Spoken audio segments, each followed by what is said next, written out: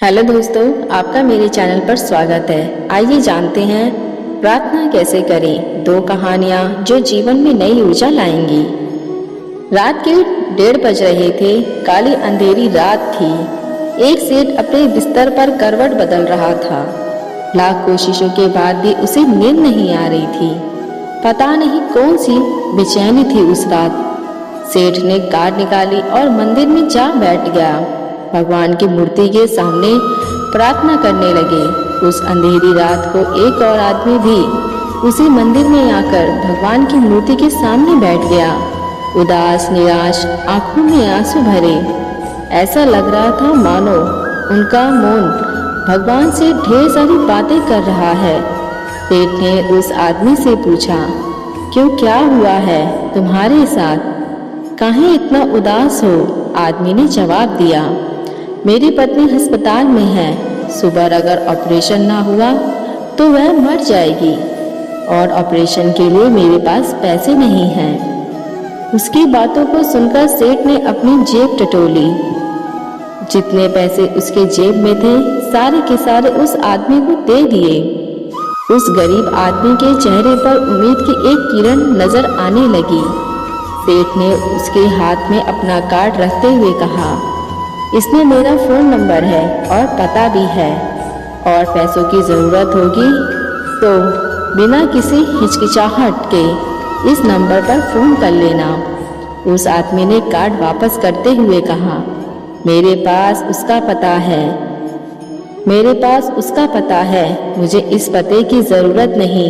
सेठ ने आश्चर्य से पूछा, किसका पता है तुम्हारे पास? उस आदमी ने जवाब दिया, उसी का पता जिसने इस काली अंधेरी रात को 1:30 बजे आपको यहाँ भेजा।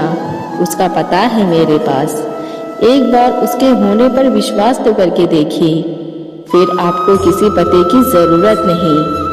उसके होने का विश्वास ही आपकी प्रार्थनाओं को दिल से निकालेगा, और अगर प्रार्थनाएं दिल से निकलेंगी और उन प्रार्थनाओं में विश्वास शामिल होगा तो प्रार्थना ज़रूर कबूल होगी। आपकी प्रार्थनाओं में भरोसा उस छोटे बच्चे की तरह होना चाहिए जिसकी माँ जब उसे हवा में उछालती है पर वह हंसता है और डरता नहीं, क्योंकि वह जानता है कि उसकी माँ उसे गिरने नहीं देगी। अपनी प्रार्थनाओं में वही विश्वास, मासूमियत लाइए। जो प्रार्थनाएं विश्वास में सरोबोर होती हैं वह एक मानसिक तस्वीर बना देती है जिस पर आपका मन रचनात्मक रूप से क्रिया करने लगता है। कहा जाता है ना, जिस चीज़ को आप दिल से पाना चाहो तो पूरी कायनात भी उसे आपसे मिलने में आपकी मदद करती है। बाइबल में कहा गया है, मांगो और तुम्हें मिल जाएगा, खोजो और तुम पा लोगे, खटखटाओ और तुम्हारे लिए द्वार खुल जाएंगे। आपको पूरे विश्वास के साथ प्रार्थना करनी चाहिए।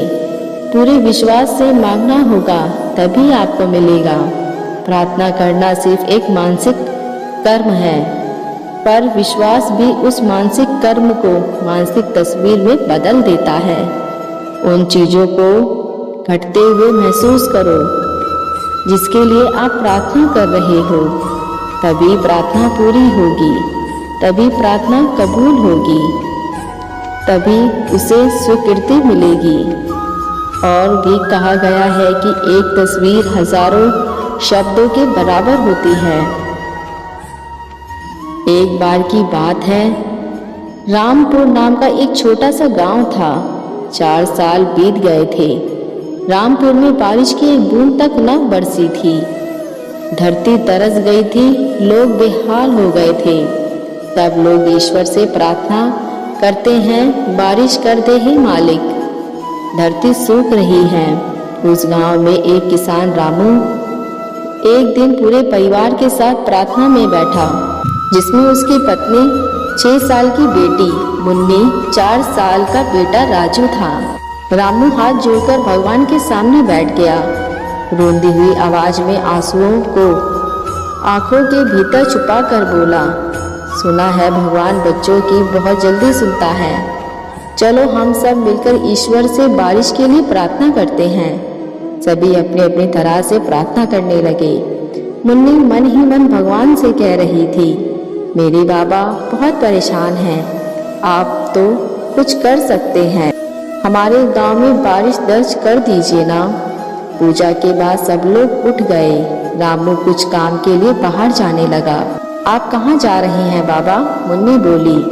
बस खेत में जा रहा हूँ मुन्नी, बाबा बोले। बाबा रुको, अपने साथ छाता ले जाओ। मुन्नी दौड़कर भीतर गई और खूंटी से टांगा हुआ छाता ले आई। छाता देखकर रामू बोला, अरे मुन्नी बाला, अब इसका क्या काम? शाम होने को है, धूप कब की जा चुकी है। मुन्नी मासूमियत से बोली, बाबा आप भूल गए, अभी थोड़ी देर पहले ही तो हमने प्रार्थना की है, कहीं बारिश हो गई तो? मुन्नी का जवाब सुनकर रामू तो स्तंभ रह गया।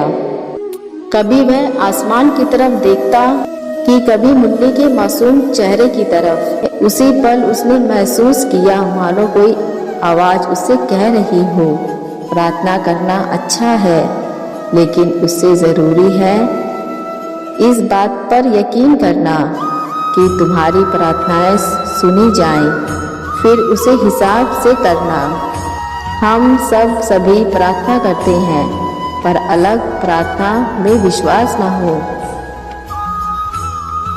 हम सब सभी प्रार्थना करते हैं, पर अगर प्रार्थना में विश्वास न हो तो प्रार्थना सिर्फ शब्द बनकर रह जाती है, केवल एक मानसिक कर्म बनकर रह जाती है। प्रार्थना में विश्वास रूपी रंग से मानसिक तस्वीर बनाओ, उन चीजों को होते हुए महसूस करो जिसके लिए आप प्रार्थना कर रहे हो, तभी प्रार्थनाएं सफल होंगी। फिर मिलेंगे दोस्तों नई वीडियो के साथ। वीडियो पसंद आए तो चैनल को सब्सक्राइब, लाइक, शेयर जरूर करें। देखने के लिए धन्यवाद। एक सर्द रात में एक अमीर नौजवान एक राह से गुजर रहा था। अचानक उसकी नजर एक बूढ़े गरीब पर पड़ी, जिसके शरीर पर एक भी गर्म कपड़ा नहीं था और नौजवान ऊपर से नीचे तक गर्म कपड़ों से ढका था। उसने हैरानी से उस बूढ़े आदमी से पूछा, बाबा क्या तुम्हें सर्दी नहीं लग रही? बूढ़े ने जवाब दिया, लग तो रही है बेटा, पर मुझे इसकी आदत है, क्योंकि मेरे पास गर्म कपड़ा है ही नहीं।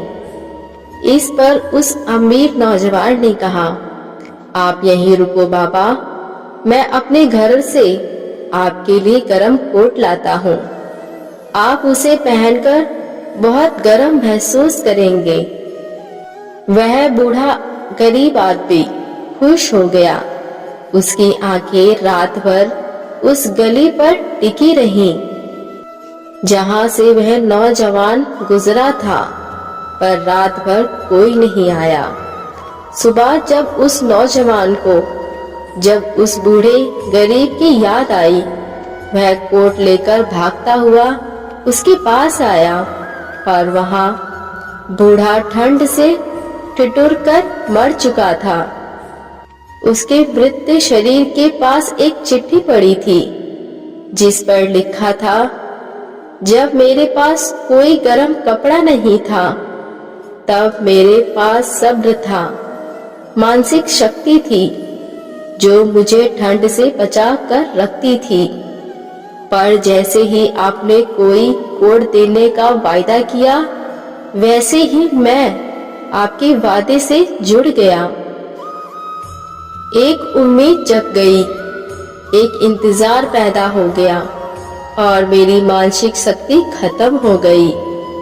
वह इंसान रात भर जगता रहा, उम्मीद के साथ, इंतजार के साथ। उसकी आंखें पथरा गई और जो सर्दी आज तक उसका कुछ न बिगाड़ पाई थी, वह आज कोहरे की चादर से मौत बनकर उसे ढांप कर चली गई। दोस्तों, जीवन में अगर किसी से कोई वादा करो तो उसे निभाओ। अगर निभा नहीं सकते, वादा ना करो, किसी को झूठी उम्मीद ना दो।